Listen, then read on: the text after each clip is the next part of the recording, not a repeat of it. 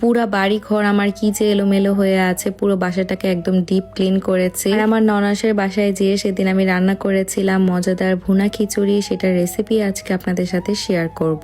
আসসালামু আলাইকুম এভরিওয়ান, কেমন আছেন আপনারা সবাই? আশা করছি আপনারা সবাই ভালো আছেন। আলহামদুলিল্লাহ আমিও ভালো আছি। আমার বাসার সামনে যে বাসাটা আগুন লেগেছিল সেই বাসাটা একদম পুরো ভেঙে ফেলেছে। নিচে যে ইট গুলো গাঁথা ছিল সবকিছুই আজকে দেখলাম ভেঙে চুরে নিয়ে যাচ্ছে। এই জায়গাটা একদম সমান করে ফেলবে ভেঙে। তবে এই জায়গায় আবার নতুন করে বাসা উঠানো হবে, কিন্তু ভালোই সাউন্ড হচ্ছিল, যেহেতু জাপানে তেমন একটা সাউন্ড শোনা যায় না। প্রতিদিন এই সাউন্ডের শব্দে আমার ঘুমটা ভেঙে যায়। যাই হোক, ঘুম থেকে উঠেই ভাবলাম যে রুমের অবস্থা অনেক খারাপ হয়ে আছে। আমি কয়েকদিন ধরে আমার বাসা বাড়ি কোনো কিছুই গুছাই না, মন মেজাজ এমনিতেই ভালো না কোনো কিছু। তো সব সময় ভিজা টাওয়ালগুলো আমার ড্রেসিং টেবিলের এই চেয়ারেই রেখে দেয়।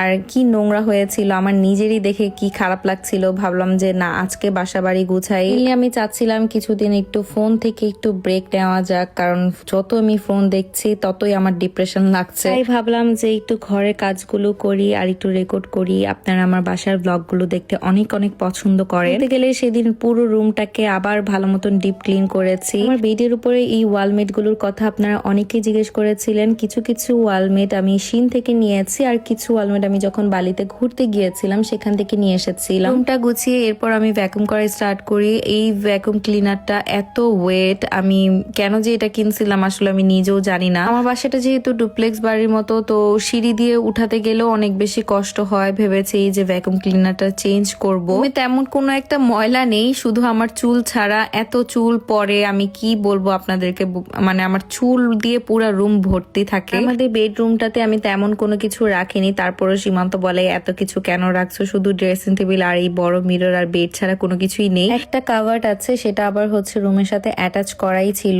রুমের কাভার্ডে শুধু হচ্ছে সীমান্তর কাপড় চোপড়ই রাখি, আর আমার কাপড় চোপড় আরেকটা পাশে রুম আছে সেখানে রাখি। ঘরের কাজ করার পর একটু বাহিরে আকাশটা দেখছিলাম। এক সাইডে দেখলাম যে কালো হয়ে গিয়েছে আকাশটা, বৃষ্টি নামবে। কেন জানি বাসায় থাকতে ভালো লাগছিল না। আমার ননাসের বাসায় চলে গিয়েছিলাম, আর যে দেখি আপু হচ্ছে ড্রাইভিং এর পরীক্ষা দিতে গিয়েছে। আপু ড্রাইভিং শিখছে আর কি। আমার ননাসের বাচ্চাগুলো আমার শাশুড়ি মার কাছেই ছিল বাসায়। তো ওরা স্কুল থেকে আসার পর ওদের অনেক বেশি ক্ষুধা লেগেছে। তারপর আমি বললাম যে চলো তাহলে কোম্পানি থেকে কিছু কিনে দিই তোমাদেরকে। খুশি হয়ে আমার সাথে বের হয়েছে। ওটাকে আমার শাশুড়ি মা ভাত খাইয়ে দিচ্ছিল, তো ওকে নিয়ে আসেনি, এই দুইটাকে নিয়ে এসেছিলাম। আর কোম্পানি আসলে ওদের যে কি হয়, আমাকে বলেছে যে ওদের ক্ষুধা লেগেছে, কিন্তু এখানে এসে তারা হচ্ছে গাড়ি দেখছিল।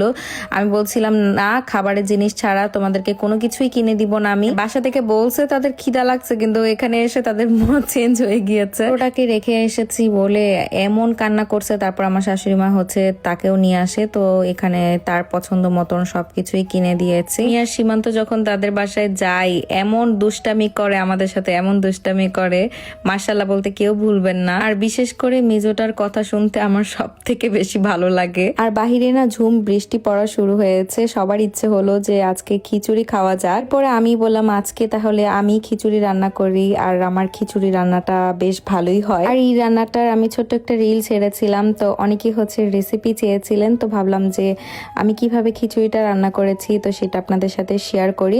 আজকে আপনারা আমার ননাসের কিচেনে আমাকে দেখতে পাচ্ছেন। আজকে বিফ ভুনা খিচুড়ি রান্না করব। বিফটাকে আমি ভালো মতন কেটে এখানে ধুয়ে নিয়েছি। সাথে এখানে আমি পেঁয়াজ কেটেছি, বুটের ডাল নিয়েছি, মসুর ডাল আর মুগ ডাল নিয়েছি। 3 টাইপের আসলে ডাল নিয়েছিলাম। সবকিছুই আমি আগে রেডি করে নিয়েছি যেন রান্না করতে তেমন একটা কষ্ট না হয়। আপনারা দেখতেই পাচ্ছেন যে ডালের পরিমাপটা আমি একটু বেশি নিয়েছি। ডাল যত বেশি দিবেন খিচুড়িতে খেতে বেশি মজা হবে। খিচুড়ি খাওয়ার ডিসিশনটা আসলে আমাদের সন্ধ্যাবেলা নেওয়া হয়েছে। তো আমি এর মধ্যে বাসায় যেয়ে আমার প্রেসার কুকারটা নিয়ে এসেছি, কারণ গরু মাংসটা সেদ্ধ হতে অনেক বেশি সময় লাগবে। তো যাই হোক, এখানে গরুর মাংসের উপরে আমি পেঁয়াজ দিয়ে নিয়েছি অনেকগুলো, যতটুকু আসলে দরকার 1 কেজি গরুর মাংসের মধ্যে। 3 টেবিল চামচের মতন এখানে আমি আদা বাটা দিয়েছি, আর 3 টেবিল চামচের মতন আমি রসুন বাটা দিয়েছিলাম। আর এখানে পেস্ট করা এরকম আদা রসুন পাওয়াই যায়, কষ্ট করে আর পেস্ট করতে হয় না। পরে আমি দিয়ে দিচ্ছি 2 টেবিল চামচের মতন লাল মরিচের গুঁড়া। আমরা একটু ঝাল ঝাল খিচুড়ি খেতে চাচ্ছিলাম। 2 টেবিল চামচের মতন এখানে হলুদের গুঁড়া দিয়েছি।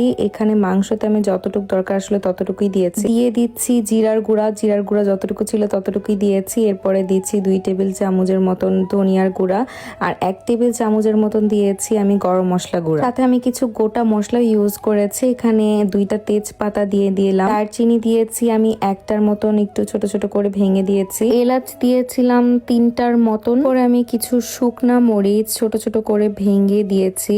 আমি সবসময় গরু মাংস রান্না করলে শুকনা মরিচটা দিই। স্বাদ মতন এখানে আমি লবণ দিয়েছি। এখানকার লবণে অনেক বেশি ঝাঁজ, একটু লবণ দিলেই অনেক হয়ে যায়। লাস্টের দিকে আমি একটু গোলমরিচ দিয়েছিলাম। তো সবগুলো মশলা আমার দেওয়া হয়ে গিয়েছে, এখন মিক্স করার পালা। মিক্স করতে করতে আমার মনে পড়েছে, আল্লাহ আমি তো তেল দিতেই ভুলে গিয়েছি। তো তারপরে আমি সয়াবিন তেল দিয়ে দিলাম, এখানে যতটুকু দরকার ততটুকুই দিয়েছি, বেশি দেইনি। সবকিছু দেওয়া কমপ্লিট। এরপর আমি এত ভালো মতন মাখিয়েছি মাংসটাকে যেন একদম প্রত্যেকটা মাংসের সাথে মশলাগুলো লেগে যায়। রান্না করতে করতে এমন হয়েছে যে যতই ঝাল আমি ধরি না কেন আমার হাত আর জ্বালা করে না। প্রথম প্রথম আসলে হাত অনেক বেশি জ্বলতো, এখন কেন জানি অভ্যাস হয়ে গেছে, কিছুই মনে হয় না। আমার এই প্রেসার কুকারটা আমি বাংলাদেশ থেকেই নিয়ে এসেছি, তো অনেক ইজিলি হচ্ছে আমি প্রেসার কুকারে মাংসটা সেদ্ধ করতে পারি। মাংসটা আমি প্রেসার কুকারে দিয়ে এখন সেদ্ধ করে নিব। সেটাকে চুলায় বসিয়ে দিয়ে তারপরে ভাবলাম যে চালটা ধুয়ে ফেলি। আজকে বাসমতি চাল দিয়ে হচ্ছে খিচুড়িটা রান্না করব।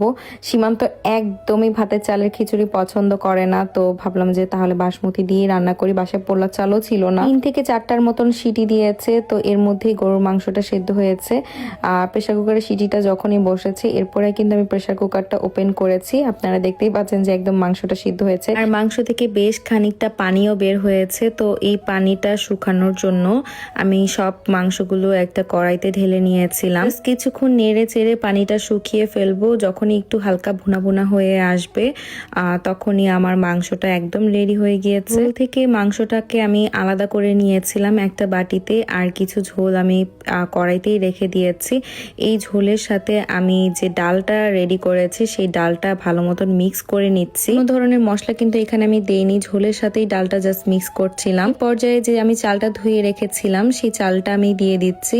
আর এখানে আমি 5 কাপের মতন আসলে চাল ইউজ করেছি। আমাদের যে জাপানের ছোট পট আছে সেটার আর কি 5 পট দিয়েছি। এখানে 5 পট চাল আছে, সাথে 1 পট হচ্ছে ডাল আছে। তো টোটাল হচ্ছে আমার পানি দেওয়ার মাপ অনুযায়ী 12 পট হয়, সেখানে আমি 11 পট পানি দিব। পর্যায়ে আমার মনে হয়েছে যে একটু লবণ আর একটু হলুদ দেওয়া দরকার। হলুদ দিলে খিচুড়ি কালারটা আরো বেশি সুন্দর আসবে। ডাল আর চালটাকে আমি ভালো মতো মিক্স করে আমি ভেজে নিচ্ছিলাম। আর টোটাল 11 পট পানি এখানে আমি মেপে রেখেছিলাম, সেইটুকু পানি আসলে আমি এখানে দিয়ে দিয়েছি। হালকা কুসুম গরম আমি পানিটা ইউজ করেছি, একদম গরমও না একদম ঠান্ডাও না। পানি দিয়ে আমি 10 মিনিটের মতন এখানে দাঁড়িয়েছিলাম। তো দেখলাম যে অলরেডি আমার খিচুড়িটা হয়ে এসেছে। চালটা প্রায় 90% মতন সেদ্ধ হয়েছে। এই পর্যায়ে আমি যে গরু মাংসটা উঠিয়ে রেখেছিলাম সেই গরু মাংসটা এখন খিচুড়ির সাথে মিক্স করে ফেলবো। আলতো হাতে আমি মাংসের সাথে চালটা মিক্স করেছি যেন চালটা কোনোভাবেই ভেঙে না যায়। কারণ এইভাবে বাসায় খিচুড়ি বানিয়ে দেখতে পারেন, যেহেতু এখন বৃষ্টির সিজন, জাপানে তো এখন প্রায় বৃষ্টি পড়ছে। আমাদের 2 দিন পর পরে আসলে খিচুড়ি খেতে ইচ্ছে করে। এই তো আমার খিচুড়ি রান্না শেষ, বিফ ভুনা খিচুড়ি আর কি। এখানে আমি পেঁয়াজ বেরেস্তা দিয়ে দিচ্ছি। এখানে রেডিমেড এরকম পেঁয়াজ বেরেস্তা কিনতেই পাওয়া যায়, তো আমরা রেডিমেডটাই নিয়ে আসি। আর আমার শাশুড়ি মা বাংলাদেশ থেকে ঘি নিয়ে এসেছিল, এই খাঁটি ঘিটা।